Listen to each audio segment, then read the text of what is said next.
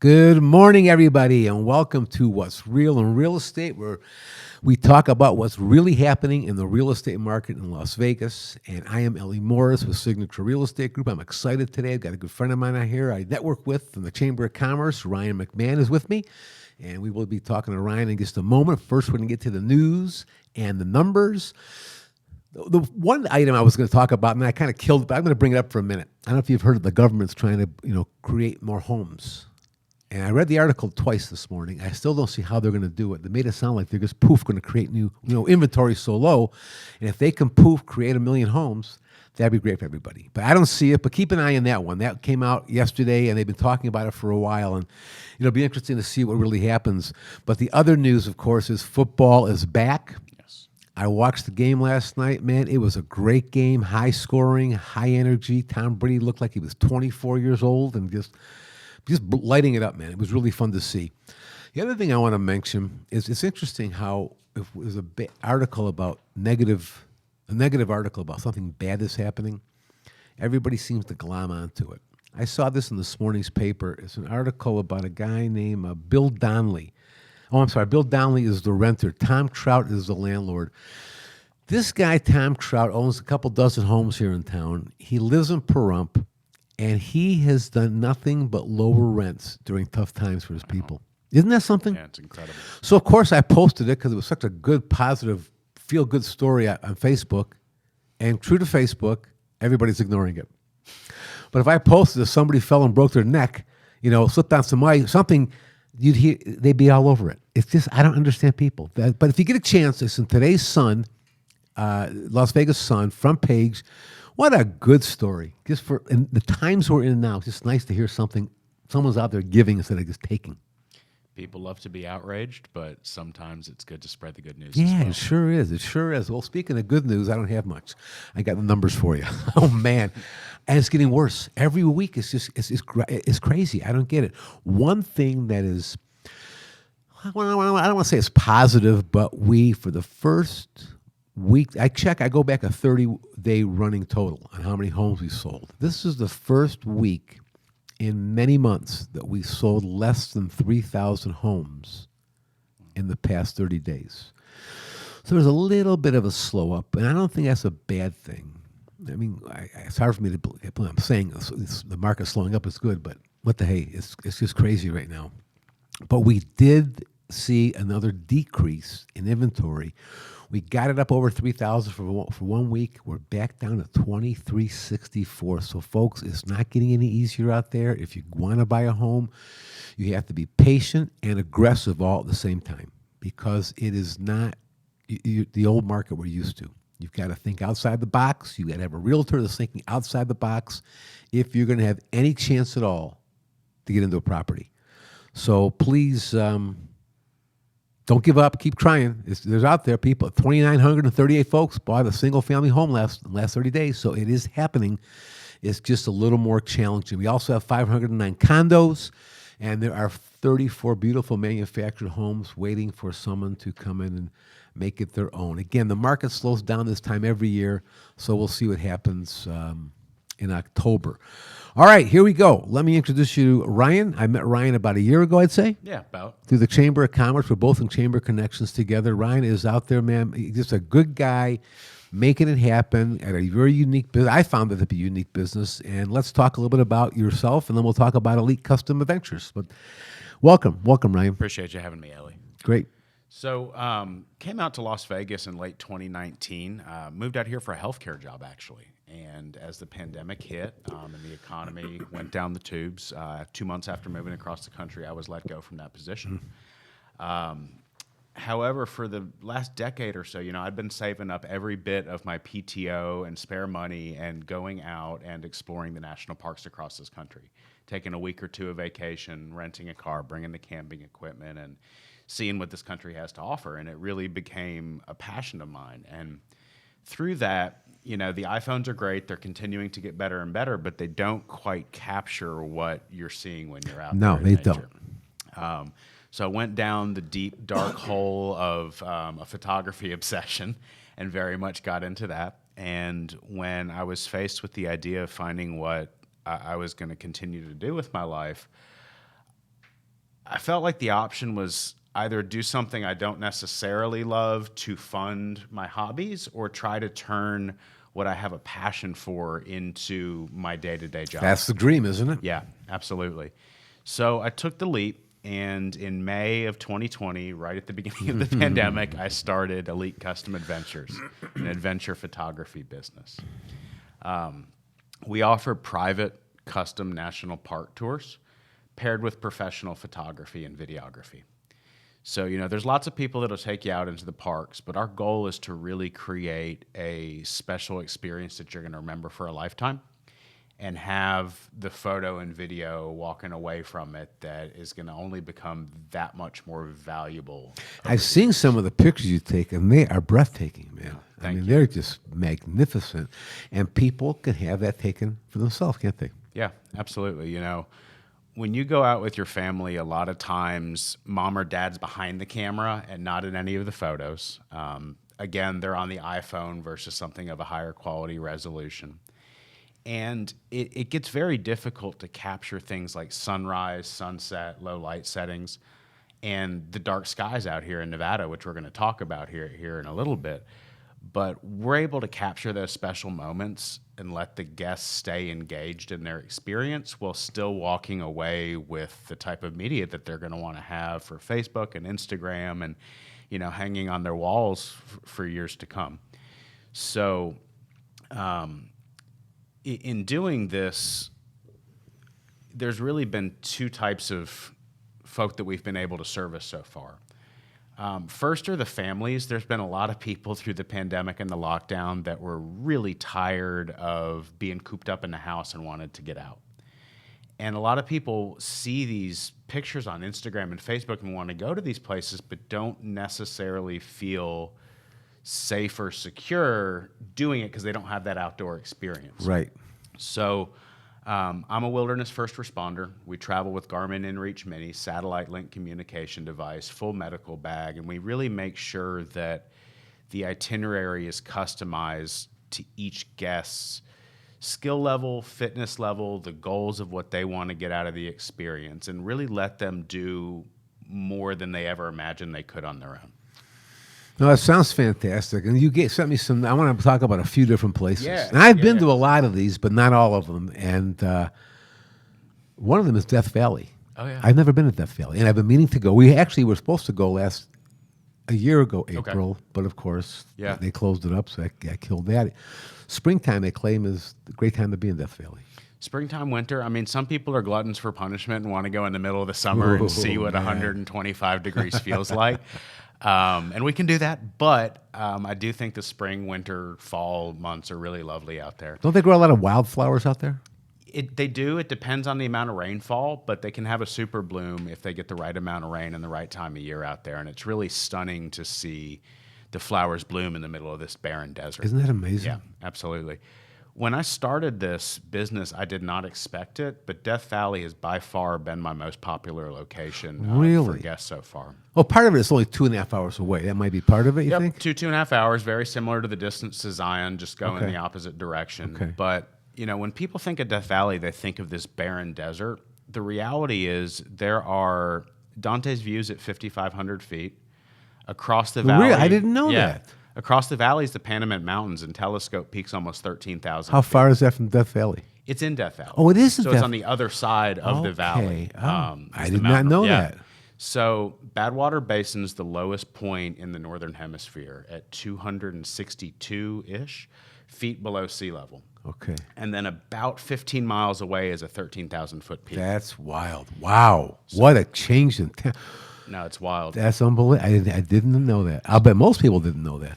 No, and I mean, they have a lot of things you can't find other places in Death Valley. There's sand dunes, there's meteor craters, there's salt flats, there's beautiful painted rock, all different colors. One of the most popular areas is Artist Palette, and it very much looks like the palette that an artist would paint off that you can go hike out onto.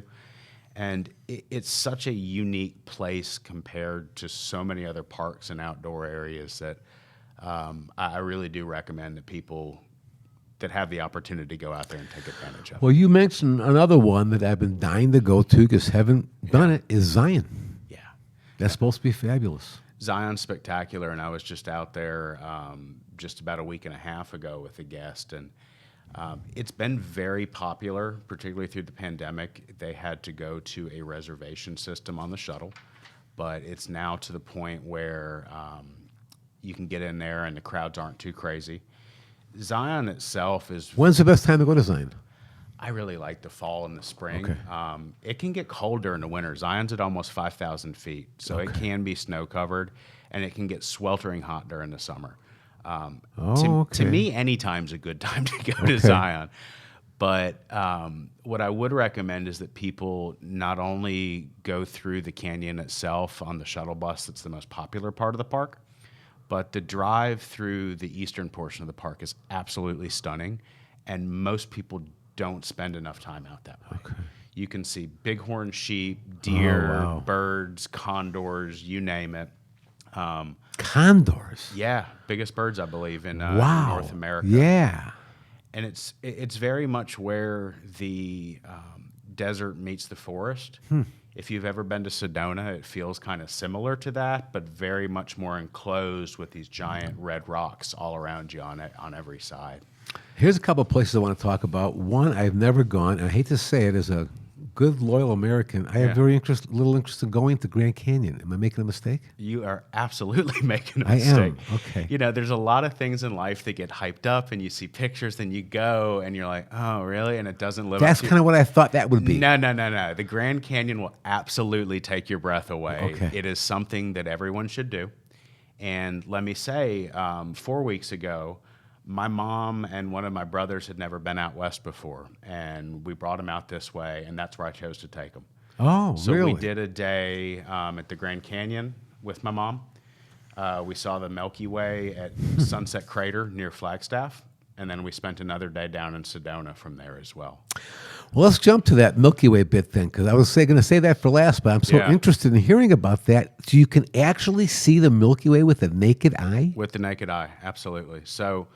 Wow. We are part of the Milky Way. If you think of the Milky Way like a football, we're about 1/3 to a side of it. And you can look out to the other 2/3, and that's the strip that you're seeing across the sky.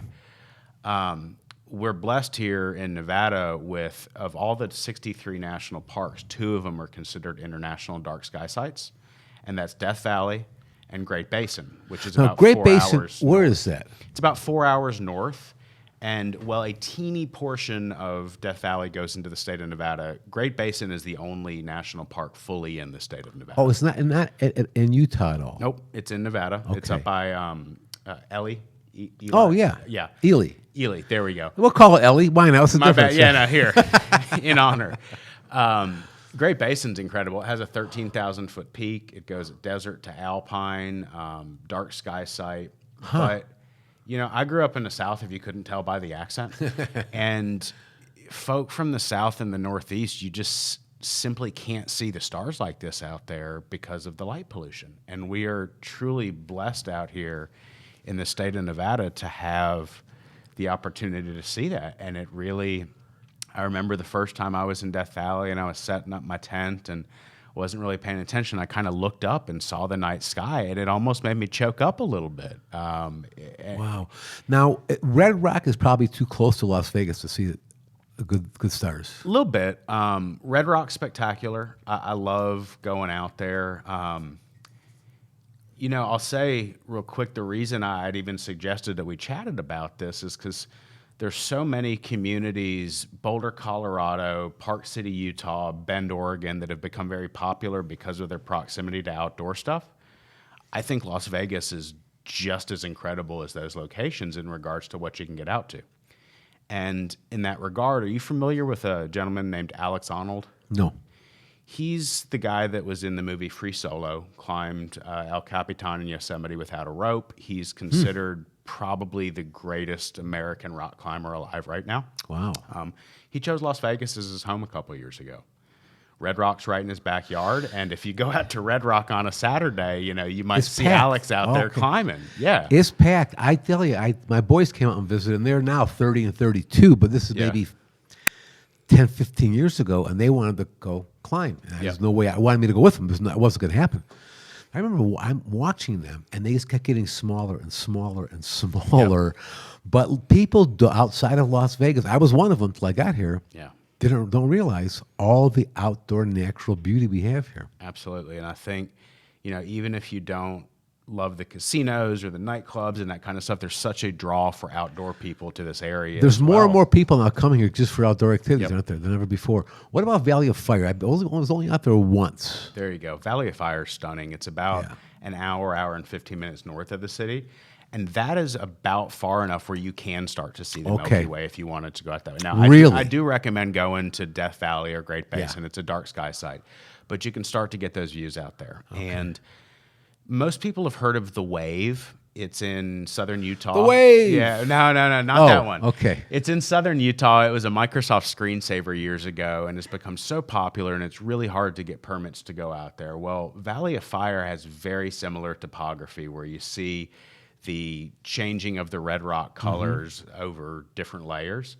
And it's just a stunning state park that I think stands up just as well as a lot of the national parks across the country, and it's well worth going out there. And I say spend the night, bring the camping gear, make a reservation either at a campground or dispersed camping, and take it in. Do they have cabins out there? Or you have to bring your own gear? I'm sure they have some areas where you can camp. It's near a Native American reservation out there, so they are going to have some services that you can provide. But to me, part of the experience is going out and being in nature. Yeah. It helps if you're prepared. Absolutely. My wife and I went up to northern Michigan one time, Yeah. up in the top part of the mitten. And we weren't planning on doing any camping, but we came across a beautiful park, and we didn't want to leave it. I thought, hey, you know what, let's go to the local Walmart or whatever store it was and buy whatever we could buy. And we rented a little cabin. Yeah. And we had the time of our life. Problem was, we didn't realize it was gonna get that cold at night, and Yeah. it dropped down, and there was no heat, and But yeah, camping is one of the great American pastimes. So, two things I'd mention in that regard. One thing people don't realize is when it comes to BLM land, which is the vast majority of Nevada, Yeah. and national That's Bureau of Land Management. yes, you got it, and national forest, you're allowed to disperse camp. What does that mean? Pull off on the side of the road. Okay. You don't have to be in a traditional campsite. Now, we want to follow leave no trace principles, but if you go a What mile, is leave no trace principles? leave no trace. Make it look like you were never there Okay. when you came. We want to respect the land. We want to make sure that it's Sure, available sure. for generations to Yeah. come. But you're allowed to do that on BLM and National Forest property 1 mile off the main road in most Okay. locations. So that is absolutely well worth checking out, and I think really adds to the experience of being out there on your own. I'm learning so much from you, Ryan, and I've known you for a year. We've had coffee, but this is why people need to call Ryan, and because this information is just invaluable. No, I appreciate it. And one other point you brought up I wanted to mention is you're talking about being prepared and safety. The vast majority of accidents actually happen on day hikes and not these like serious backpacking trips, because people think, oh, I'm just going out for an hour or two. I'll throw some granola in the bag, bring a little water. And they don't prepare for the type of things that could come up. I get lost on the trail, God Well, forbid. that's a good segue for me, because I want to talk about a place. I'm not a big hiker, Yeah. but I did. A buddy of mine came in from Detroit and was here for the furniture market and wanted Yep. to go check out if he had just had bypass surgery, lost a bunch of weight, was hiking a lot. Yeah. We went up to Mount Charleston and hiked Mary Jane Falls. Yeah. And it was beautiful. I didn't know it was as difficult. I thought it was an easy trail. And well, here's the great part about it. Sneak So- up on you. Yeah, it sure does, man. It started drizzling when we got to the falls. Yeah. And that was cool until it started getting a little more of a heavy rain. Yeah. And now we start going down. I'm not kidding you. I must have slid on my ass halfway down Yep. because it was so muddy. And I did it on purpose because I was slipping. But let's talk about Mount Charleston. I first discovered it by accident, and it's just one of my favorite places to go. It's just great in the winter or the summer. Well, I mean, it's really incredible that you have. And again, only an hour from Las Vegas. Yeah, you have this valley that gets to like 117 degrees during the summer, and an hour away, you literally have skiing opportunities in Lee Canyon. Mount Charleston itself is true alpine. I actually went probably a month ago with my dog, and we did the actual Mount Charleston summit, and it's right at, I believe, 12,000. 12,000 feet, yeah. to me, one of the big draws is you can see bristlecone pines. They are the oldest living organisms on Earth. Thanks. Now, I got to jump in for a minute. I didn't know Yeah. they were called. I was told that those were the oldest, but Bristol cone pines. That's what they're called. Bristlecone pines. Okay. And They're the oldest, beautiful. Yeah, the oldest are technically in the White Mountains in California. But I mean, these are multiple thousands of Yes. years old, and they've survived up there. It's just really incredible. But then, I think it's a nice escape with the elevation from the heat down here. What does sneak up on people sometimes, that elevation can get you if you're high, if you're not used to being a few thousand feet up in the air, and it hits everybody a little differently. So you need to listen to your body, and if you're huffing and puffing and having a hard time keeping the heart rate down, take it easy. Sometimes people's bodies just have to acclimatize. And then things like you talked about, having the proper footwear. To me, one of the best things you can bring on a hike in almost any situation is a Mylar blanket, those space blankets, just in case it starts really? raining or the Okay, temp. It's yeah. like an ounce or two of weight. Right. And if you get in a hairy situation with the temperature, it Good tip. really makes a huge difference just to have a couple of those in your bag. But it's world-class hiking out there. Yeah. And again, just an hour from Las Vegas, it's so incredible. It's like a whole different world. It's unbelievable. It really is. When I first got out here, I'm a big gardener. Big meaning I enjoy it. I'm not a great gardener, but it's my passion. It's my way to relax is gardening. And in Detroit, I could take a spade and shove it in the ground and pull up, Yeah. There was actually one place we lived where you shoved in, you found water because there's so much water around there. Out here, it's quite different. I got a pickaxe now. It's a big difference. Well, the whole terrain out east is so different from here. It took me a while to get used to. One of the ugliest trees I ever saw in my life is now one of my favorite trees, and that's a Joshua. Yeah, absolutely. And I want you to talk about Joshua National. Is it Joshua National Forest, or what is it called? There's Joshua Tree National Park, and that is in California. Yeah. It's kind of halfway between here and LA. And it's a stunning park with a giant Joshua Tree forest, numerous boulders and mountains to climb. And They're beautiful. When they bloom, they're unbelievable. no, absolutely. And from a photography standpoint, I just love the look of them because they're so unique, particularly when you get the sunrise or sunset behind them, things along those lines. But also with Joshua Tree, you're right next to Palm Springs. You're right next to 29 Palms. So, you can be in nature but still be close enough to civilization and have a really nice So time. where is Joshua Tree located? I mean, I go to California once a year. If I take the 15, do I stay in the 15 or do you have to get off somewhere? It's going to be south of you, but what I recommend is getting a little more adventurous and driving through the Mojave Desert. Okay. So they have the Mojave National Preserve that goes by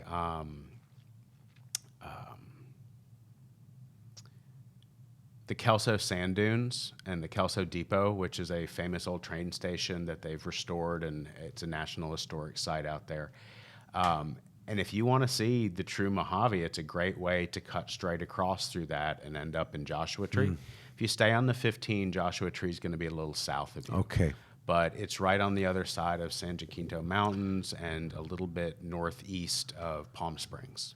Now, it seems, correct me if I'm wrong, but it seems like Joshua trees do their best at about 4,000 feet. Is that true? It is, and I've been corrected on this on Facebook. I see them here in town at 2,000, but Joshua trees grow in a very specific area, and you'll see very similar trees to that otherwise that are yucca, and they're all part of the same family. Sometimes it's hard to distinguish them, but it's right in about that 2,000 to 4,000 foot range where you're going to see them growing, and that's kind of what makes them special, that they can survive and flourish in these really harsh environments with the right conditions. It's if given a chance, nature finds a way. yeah, it really does. And it's interesting for you folks that haven't seen a Joshua tree or been off to Las Vegas, but when I got my first look at it, this is the ugliest thing in the world. And as time went on, I really see the beauty, and I love them. It grows on you, doesn't it? My goodness, it grows on you big time.